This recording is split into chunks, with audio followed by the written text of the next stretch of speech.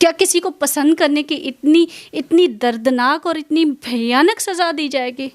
मैं कब्र की गली तक, ना इस जहान में ना अगले जहान में इन लोगों को छोड़ूंगी। इन्होंने तो मेरा जवान जहान खूबसूरत बेटा दिया, मार दिया है। बिस्मिल्लाहिर्रहमानिर्रहीम। अस्सलाम वालेकुम नाज़रीन, आप देख रहे हैं मेरा पाकिस्तान और मैं हूं आपका होस्ट हारिस भट्टी। दुआ ज़हरा केस जिससे हर कोई वाकिफ़ है, और अभी ये कहना मैं समझता हूँ कि शायद कबल अज़ वक्त नामुनासिब है कि अगर कहा दिया जाए कि उस पर फ़ैसला आ चुका हुआ है, क्योंकि केस अभी तक उसके जो वालिद साहब हैं वो लाहौर हाई कोर्ट में दायर करने जा रहे हैं कि मेरी बेटी को वर्गलाया गया है। 18 साल की नहीं है, वो 14 साल की है, और मेरी शादी भी 2005 में हुई।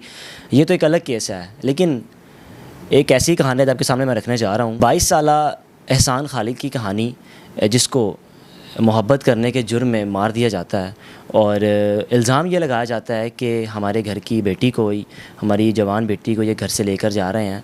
और यकीन जानिए वो इल्ज़ाम तो इल्ज़ाम था, साबित ना कर पाए, लेकिन एहसान खालिद को ख़त्म कर दिया गया, मार दिया गया, और उस लड़की को भी जिससे वो मोहब्बत करता था उसको भी मार दिया गया। ये मारा किसने? आज से 8 माह कबल हमारे साथ मौजूद है एहसान की वालिदैन से बात की थी, और जो केस है इन्होंने लाहौर हाई कोर्ट में दायर किया हुआ है। लेकिन मजाल है कि हमारी वो अदालतें जो 24 घंटे खुली रहती हैं, आज तक इस माँ को इंसाफ दे पाई। ये वो सारी चीज़ें हैं एहसान खालिद की पढ़ाई की। पंजाब कॉलेज का वो स्टूडेंट था, और इंटर कंप्लीट करने के बाद अभी स्टडी कंटिन्यू थी उसकी, और ये उसकी टाई है। इसकी वालदा के पास, एहसान की वालदा के पास वो तमाम चीज़ें याद बन कर रह गई हैं। ये सारा केस अब कहाँ तक पहुँचा है इनसे जानेंगे। ये उसका बैग है एहसान का। एहसान की एक एक चीज़ इनके पास है। कॉलेज की शर्ट्स, लास्ट डे सिग्नेचर हुए उस पर, शूज़ और कपड़े, हर चीज़ इनके पास है। लेकिन इंसाफ के लिए दर दर के इन्होंने दरवाज़े खटखटाए, लेकिन आज तक इनको इंसाफ ना मिल पाया। अस्सलाम वालेकुम। वालेकुम सलाम। माँ जी, एक तो आजकल जो केस चल रहा दुआ ज़हरा, उन्होंने तो जो किया ही किया, लेकिन अभी तक फ़ैसला नहीं हो पाया कि क्या वाकई लड़की भागी थी या सारे मामला थे। लेकिन आपके बेटे पर इल्ज़ाम ये लगाया दिया जाता है कि हमारी बच्ची को ये घर से लेके जा रहे हैं। क्या इल्ज़ाम तो साबित हो गया हुआ है कि झूठा है, या क्या हुआ था उसका? जी, ये तकरीबन हो गए 9 से 10 माह हो गए केस को, और केस की इन्वेस्टिगेशन कंप्लीट हो चुकी है। चालान तकरीबन तैयार हो चुका है, जिसमें मुल्ज़मान जो हैं उनको गुनाहगार लिखा जा चुका है पुलिस की तरफ से। और जो केस की अकॉर्डिंग टू इन्वेस्टिगेशन, उसमें ये चीज़ें वाज़ेह हुई हैं कि बच्चा और बच्ची साथ नहीं थे। मेरे बच्चे को अलहदा से इन्होंने उठा के, जाते हुए रास्ते से उठा के तो उसका मर्डर किया है। एहसान का मर्डर करने के बाद घर गए, घर जाके अपनी बच्ची को उठा के उस बेगुनाह और सोई हुई मासूम बच्ची को, उसको भी मार दिया है और मेरे बच्चे को भी मार दिया है। और बाद में ये अनाउंस भी किया है कि जी हमने दोनों बच्चों को बामी ये अनाउंस करने वाले अहमद यार है। ये आपके उस इलाके के ही हैं? इलाका कहाँ, ताल्लुक़ कहाँ से आपका? हमारा सादिकाबाद रहीमियर ख़ान से। इस चीज़ का आपको इल्म था? बच्चे ने बताया हुआ था कि वो किसी लड़की को पसंद करता है, या घर में दोनों घरों को पता था? हाँ, उस वक्त मैं शदीद अलील थी, मेरी तबीयत काफ़ी ख़राब थी। एहसान ने जब वो गांव जा रहा था तो मुझे ज़िक्र किया था कि मैं आपसे कुछ बात करना चाहता हूँ, लेकिन आपकी तबीयत चूँकि ख़राब है तो आप ठीक हो जाएं, मैं वापस आ जाऊँ तो इंशाल्लाह आपसे बात करूँगा। लेकिन मुझे फिर जो मेरे भतीजे हैं जो उनके साथ रहते हैं, उन्होंने बताया कि एहसान इस तरह की कोई बात करने वाला था। मासूम बच्ची को भी उन्होंने उठा के मार दिया। अब मारने में इन्होंने ग्रुपिंग की। जो अमानुल्लाह है वो प्लान तैयार करने में था, अमानुल्लाह एहसान को ट्रैप करवाने में था। अमानुल्लाह ने ही अहमद यार को फ़ोन किया, अमानुल्लाह ने ही असद को फ़ोन किया, अमानुल्लाह ने ही अल्लाह यार को फ़ोन किया, उनको बुलाया। ये लोग गनमैन अपने लेकर आए, गन्स लेकर आए, गाड़ियाँ लेकर आई। सरकारी गाड़ी जो इनका भाई यहाँ पे बना बैठा है चीफ़ जस्टिस के पास, उनकी गाड़ी ये लोग लेकर आए। वो गाड़ी अगवा में इस्तेमाल की, और उसके बाद इन्होंने मेरे बच्चे को गन पॉइंट पे उठाने के बाद मर्डर कर दिया। जब ये बच्चे को मार दिया, आपको इतला कब मिली थी कि ये वक़ूआ हो चुका हुआ है? क्या इन दोनों लड़का लड़की को एक ही स्पॉट पे मारा गया, या अलग अलग कहीं जाके मार दिया गया? मुझे तकरीबन रात को 2:30 बजे मेरे बड़े भाई का फ़ोन आया। उनने बताया कि एहसान इस तरह से एहसान को ना अगवा कर लिया गया।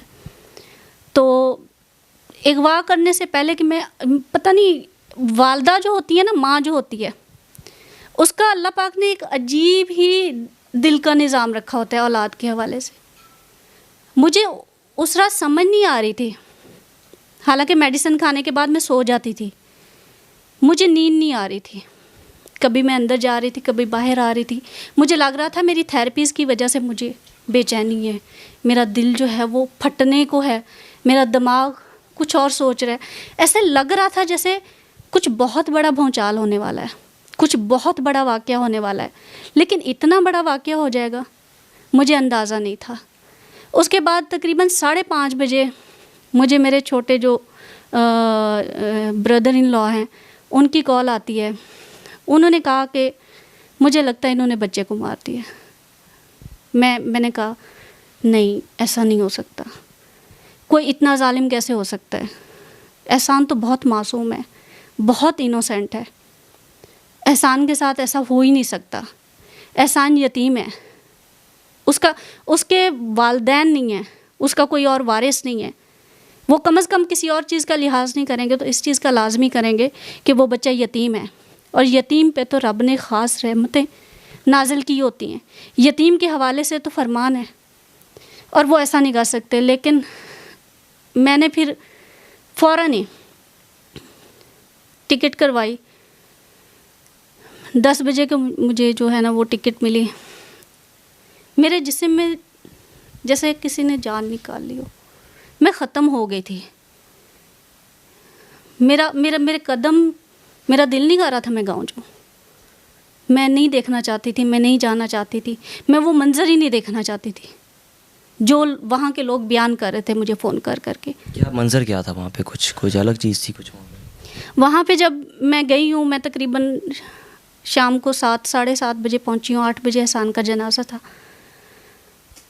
जब मैंने एहसान के घर में कदम रखा है ना, तो मैं चीख के बाहर की तरफ भागी हूँ। मैं नहीं जाना चाहती थी। मुझे लग रहा था अंदर कोई वैसे ही रो रही है, सब वैसे ही चीखो पुकार है, वैसे ही सब कुछ है। यहाँ पे एहसान नहीं हो सकता। मेरा दिल और दिमाग दोनों ही नहीं तस्लीम कर रहे थे। मैं पागलों की तरह रो रही थी। मुझे सब कह रहे थे, मुझे खींच के ले गए, मुझे कहें कि आंखें खोल के एहसान को एक दफ़ा देख लो। एहसान ने चले जाना है, 8 बजे उसका जनाजा है, आप एक दफ़ा उसको देख लो। लेकिन मैंने अपनी आंखें नहीं खोली। मैं उसको इस तरह से सोता हुआ देख ही नहीं सकती थी। मैं इमेजिन ही नहीं कर सकती थी कि मेरा एहसान मुझे इस तरह से छोड़ के जाएगा। क्या किसी को पसंद करने की इतनी दर्दनाक और इतनी भयानक सज़ा दी जाएगी? उनके अपने किरदार कैसे हैं जिन्होंने मारा? असद कैसा है? असद का बाप कैसा है? असद के चाचे कैसे हैं? अगर वो खुद दूसरों की बेटियों के साथ गलत नहीं करते तो फिर, अगर वो पाक साफ होते, हाजी नमाजी होते तो फिर, लेकिन फिर भी इस्लाम इजाज़त नहीं देता। आखिरी गुफ्तगू क्या हुई थी घर से निकलते वक्त? एक व्हाट्सएप स्टेटस भी लगाया था उसने, एहसान ने, वो भी शायद बता रही थी आप।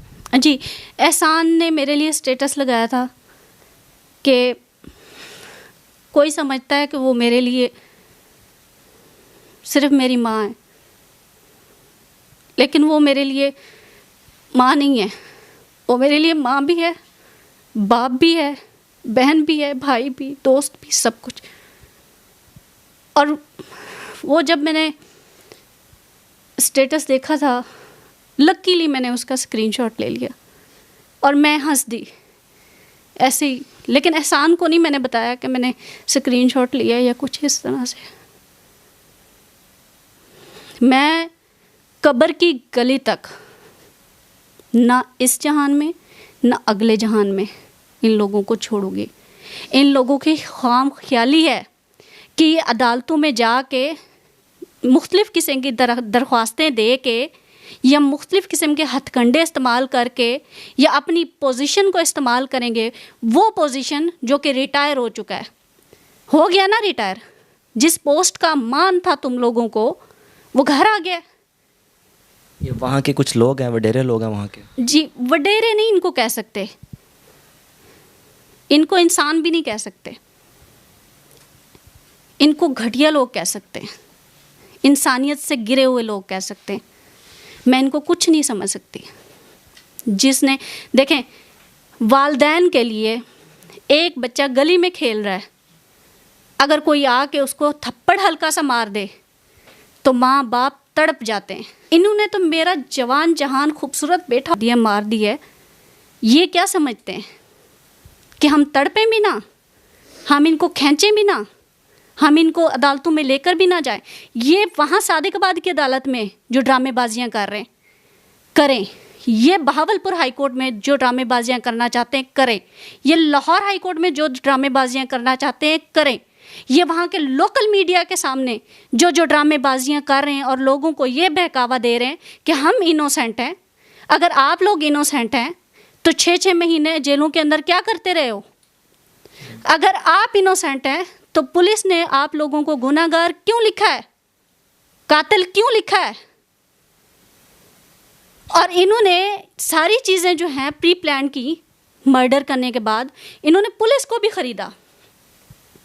मैं आईजी पंजाब को, अगर वो मेरी बात सुन रहे हैं तो, और सुनना अगर चाहते हैं तो, कान खोलना चाहते हैं तो सुने, उनकी RIB ब्रांच ने 1.5 करोड़ रुपया लिया और उनके 6 बंदे बेगुनाह लिख दिए। किस खाते में? जब यही बात मैंने एडिशनल IG को कही साउथ पंजाब को और उनके इल्म में दी सारी चीज़ें, तो उन्होंने इस चीज़ का नोटिस क्यों नहीं लिया? लेते ना कि हमारी तरफ से एलिगेशन आ रहा है तो उसकी इन्वेस्टिगेशन करें। हमने तो बताया था ये फ़लाँ बंदे फ़लाँ जगह पे बैठे थे, इतने पैसे इन्होंने लिए और इस तरह से इन 6 बंदों को इन्होंने बेगुनाह कर दिए।